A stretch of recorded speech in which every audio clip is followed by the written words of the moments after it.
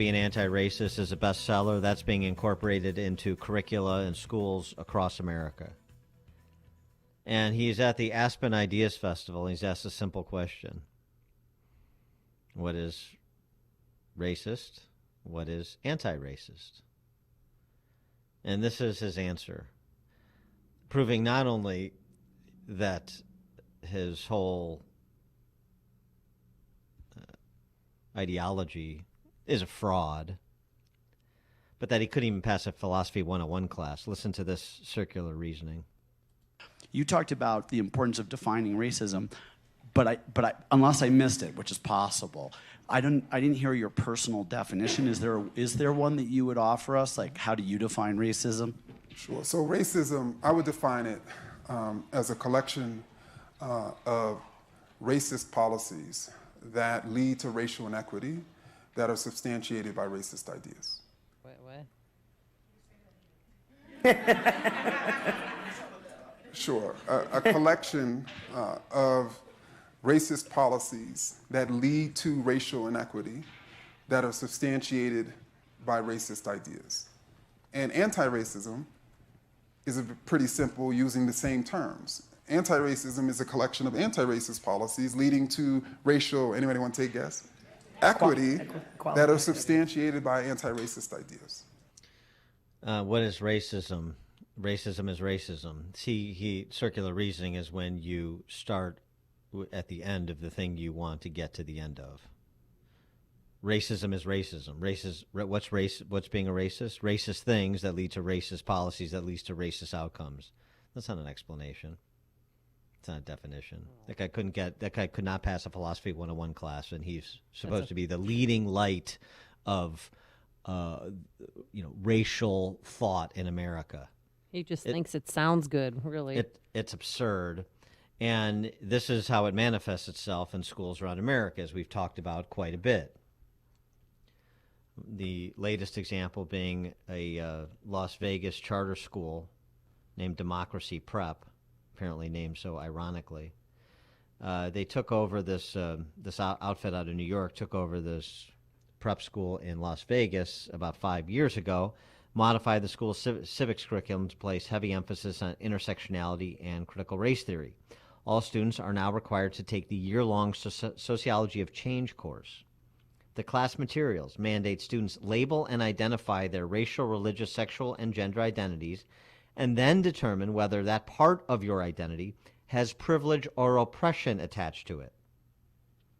The course also obligates students to label white male, Christian, and heterosexual identities as inherently oppressive and privileged.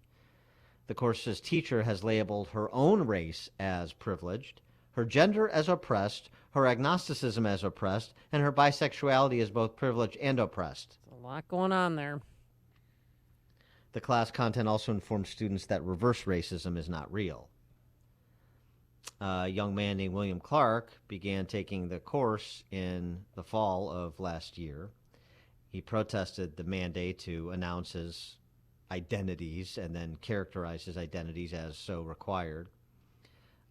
William Clark is biracial. His mom is black. His dad, who's now deceased, was white. And he and his family taking that school to court, saying that that course and the mandates associated with it are a violation of West Virginia v. Barnett, which I think is a pretty actually innovative legal argument. For more on this case, we're pleased to be joined by Gabrielle Clark, who is William Clark's mom. Gabrielle, thanks so much for joining us. Appreciate it. Thank you so much for having me. So it sounds like, William, rather than assuming anything, tell me how William reacted when he was thrown into this course as a senior. Well, like most children in America that have come across this, he didn't tell me anything about it. I didn't know anything about what was going on until I saw some concerning things happening in my daughter's class. And when I saw that, I went to William and I had asked him what kind of things were going on in his class. And that was when he told me. Now, before I ever looked into it, he had already pushed back he had already refused to complete the assignments that he felt like were too invasive and were discriminatory and divisive. Well, what was the assignment that he had to do? The assignment, the biggest one, the big thing that really kind of prompted him to just kind of, I don't know, disregard the teaching in the class was there was an assignment where he had to list his identities, his race, gender, sexual, religious, and disabilities, and then attach labels to those identities. And in attaching these signifiers, he would have to, categorize himself as an oppressor and privileged. Right. And he was not going to do that. And I was not going to allow him to stand alone in that. We spoke with the school. They would not give us a remedy. So we pushed forward. Nobody is going to violate my kids' civil rights and get away with it without some challenge. I think that more parents need to do that. There's no question about it, and it's a great example that you're providing both for your son as well as for other families. What did the teacher say when he pushed back? Well, all of the chain of events are in the court filings, but essentially we got in touch with the school. We told them, we gave them our position, and they would not give us a remedy. So we took the necessary action, and we filed a lawsuit in December. And recently, they have since conceded on those points, and they have allowed him to opt out of the class and allowed him to be on track to graduate. And our situation is not unique. It's happening all over the country, and more parents need to push back on it. Our family dynamic is the exception that proves the rule of why this doesn't work in America. Right. America is a very diverse nation, and even in our household, I am biracial. My mother was black, my father was white, and my first husband was black, and my second husband was white. So some of my kids are 3/4 black, and some of my kids are 3/4 white. So my white kids are oppressing my black kids. Yeah, I mean, come on. Are you kidding me right now? Well, you Right. alleged, yeah. Same kids that live in the same household with the same mother. That's absolutely ridiculous. That's a good point. And we're not going to tolerate this nonsense anymore. Well, Gabrielle, in your lawsuit, you allege that there's permanent damage to your son's academic career. Can you tell us in what way? Well, William should have been able to go to whatever college he wanted to, but instead he's had to deal with this situation all year. And, not only that, but there were scholarships and grants and all of those kinds of things that he could have applied for. So, with a failing grade throughout the year, that made it pretty much impossible for him to be eligible for those things. So, it's unbelievably ridiculous that we even had to deal with this situation, but it's even more disgusting to know that all along they could have just let us opt out of this and let him go on about his life. But So they failed him first and forced you to litigate, and then they backed down in the face of a lawsuit. That's what happened. They backed down after having, the most expensive temper tantrum in all the world happened. Yeah, right. That's the kind of thing. That's what they're counting on. That's the reason why this has gone so far in America, because people are afraid. They're afraid to be called a racist. They're afraid to be canceled. They're afraid of the enormity of it. I mean, this has received international attention all over the world. I mean, I even talked with a guy in Helsinki. Okay, that's the breadth of what is happening here, and so it's just and not only the financial burden that it places on people to have to defend the rights you are born with. William's middle name is Martin because he was born on Martin Luther King Day of that year.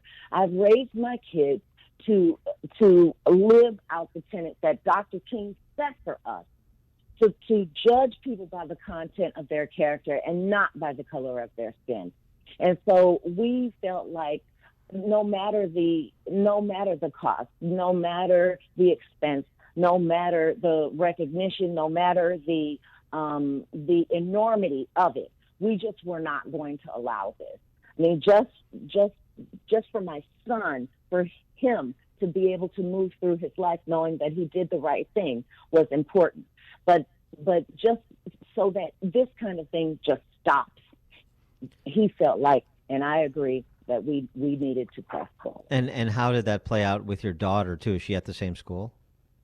I moved my daughter to a different school that Mm-hmm. day that I found I found out what was going on. And we talked, I talk about my daughter sometimes in this whole thing, how it all comes about in this whole thing, and how everything kind of comes full circle for us is why this does not make sense. This critical race theory ideology, because my daughter is the most accomplished person in our family. She's only 13 years old. Okay, she goes to an elite ballet academy where she has a full scholarship, a 10-year scholarship, and she just won the science fair in our city for the #1 inventor in the city. Okay. And her invention didn't even work, but the design was so good they had to give her the award. I mean, that's the kind of thing. And my daughter is a black woman by all intents and purposes. So she shouldn't be able to succeed underneath William, who is, a white male. I mean, that's the kind of ridiculous idiocy that we're talking about here. Totally. And, I reached out to No Left Turn in Education. We do not have a chapter in Illinois, but we are working on opening one. I reached out to Dr. Elena Fishbine after having seen her on Tucker Carlson, and she obtained legal counsel for me, and we have been powering through ever since. And if anyone is having any kind of issue like this, they can go on the Facebook national chapter for No Left Turn in Education, or they can go to our website at noleftturn.us and send us an email and let us know what we can help you with. We have a coalition of lawyers, we have a coalition of teachers, we have people working on legislation. I mean, we are a grassroots operation that is we have several about 24 chapters all over the country. And if there's not a chapter in your district or in your area, get in touch with us. And we will, and you can start one in your state. You can start one in Chicago. This is happening everywhere, and we need everybody. No, it's excellent. NoLeftTurn.us is the website, right? That's it. And, it's interesting, too, because I think that biracial families or multiracial families are really going to lead the way on this. I mean, your story is reminiscent of this documentary that our friend of the show, Eli Steele, did, How Jack Became Black, talking about getting his kid enrolled in the L.A. Unified Public School District, and his and Jack's identity is like black, white, Jewish, Native American. His father, Eli, Latino as well. Yeah, Latino. His father's deaf, and so it's like so which part of my and you want me to check boxes? So which part of that identity is supposed to be more important than the other? And then it applies to these courses like that ridiculous course that was imposed on your son. So I'm part oppressor, I'm part victim, I'm part this, I'm part that. What that informs me and my life and how we get along with one another. How? It is ridiculous. It is ridiculous. And Eli is a trusted and fierce ally. I did a panel on school choice and the damage that critical race theory has done with his father, Shelby Steele, and Ian Rowe some months back.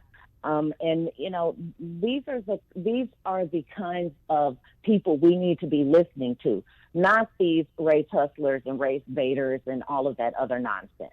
We need to move forward with amicably, with looking at all of the things we have in common, not all of the things that divide us. Diversity is supposed to be good. It's not supposed to set us apart and separate us and pit us against one another, and give us, give some people a sense of entitlement and give some people a sense of submissiveness. You know what I mean? These are the kinds of things that we need to be working together to improve. While they're spending hundreds of thousands of dollars on buying this racist curricula, they could be putting that into literacy programs. How many black children graduate from high school without knowing how to read at college level? I mean, that is the kind of thing that we need to be focusing on, not, whether or not I can go to the store and buy a Band-Aid that matches my skin color. That's foolishness. You know what I mean? I have long eyelashes, but that hasn't gotten me anywhere in my life. I can just bat my eyelashes and they're going to do what I want them to do. You know what I mean? Your appearance has absolutely nothing to do with whether or not you succeed in life. So this whole issue is really ridiculous, and the indoctrination absolutely needs to stop. And No Left Turn, we believe in education, not indoctrination. Well said. NoLeftTurn.us is the website if you want to start a chapter, or if you have a situation with a son or daughter like Gabrielle did and need some help. NoLeftTurn.us. Gabrielle Clark, thanks so much for joining us, sharing your story. Glad to hear William and your daughter are doing great, and really appreciate your time. Thank you so much for having me. Thank you. And she joined us on our turnkey.pro answer line. You've made the switch, and it feels so good. You've switched to Chicago's Morning Answer on AM 560. The Answer. This year has been interesting for family-owned businesses, especially restaurants. Augustino's Rock and Roll Deli and Grill wants to recognize you, their customers, for your loyalty and support. They've seen how hard you are working to keep everything going in the right direction, and they just want to say, you're amazing. With locations in Carroll Stream and West Chicago, Augustino's Rock and Roll Deli and Grill is a DuPage County favorite, earning generations of fans. Augustino's is known for sub sandwiches the size of your forearm, homemade Italian beef, burgers, pasta using family recipes, and fresh quality ingredients. Augustino's makes really good food, but specializes in relationships. Whether it's catering your special events, offering curbside pickup, home delivery, or providing safe inside and patio dining, keeping you fed, happy, and safe remains their highest priority. Get to Augustino's Rock and Roll Deli and Grill today. They're open 7 days a week, and they're on Facebook and Instagram. Check out their regular and catering menus, along with seasonal specials at augustinos.com. Oh yeah, we look forward to the warm weather every year. It's only around for a short time, and we do our best to squeeze in quality time in our yards and outdoor spaces. But nothing can ruin a time outdoors like a swarm of pesky mosquitoes. They carry diseases harmful to you and your pets. You need the Backyard Bouncers, part of the AM Woodland Outdoor Design Team that helps you get maximum enjoyment from your outdoor space, both residential and commercial. Backyard Bouncers licensed technicians know how to eliminate those blood-sucking monsters ruining your time outside. They use a potent cocktail designed to kill mosquitoes and their larvae, along with ticks, termites, and fleas, on the spot, and prevents them from being able to reproduce. And after 1 hour of dry time, is safe for humans and animals. Keep your family safe and get back to enjoying the best time of the year. Backyard Bouncers, part of the AM Woodland family of companies proudly serving Lake, McHenry, Northern Cook, and Kenosha counties. Go to thebackyardbouncers.com or call 224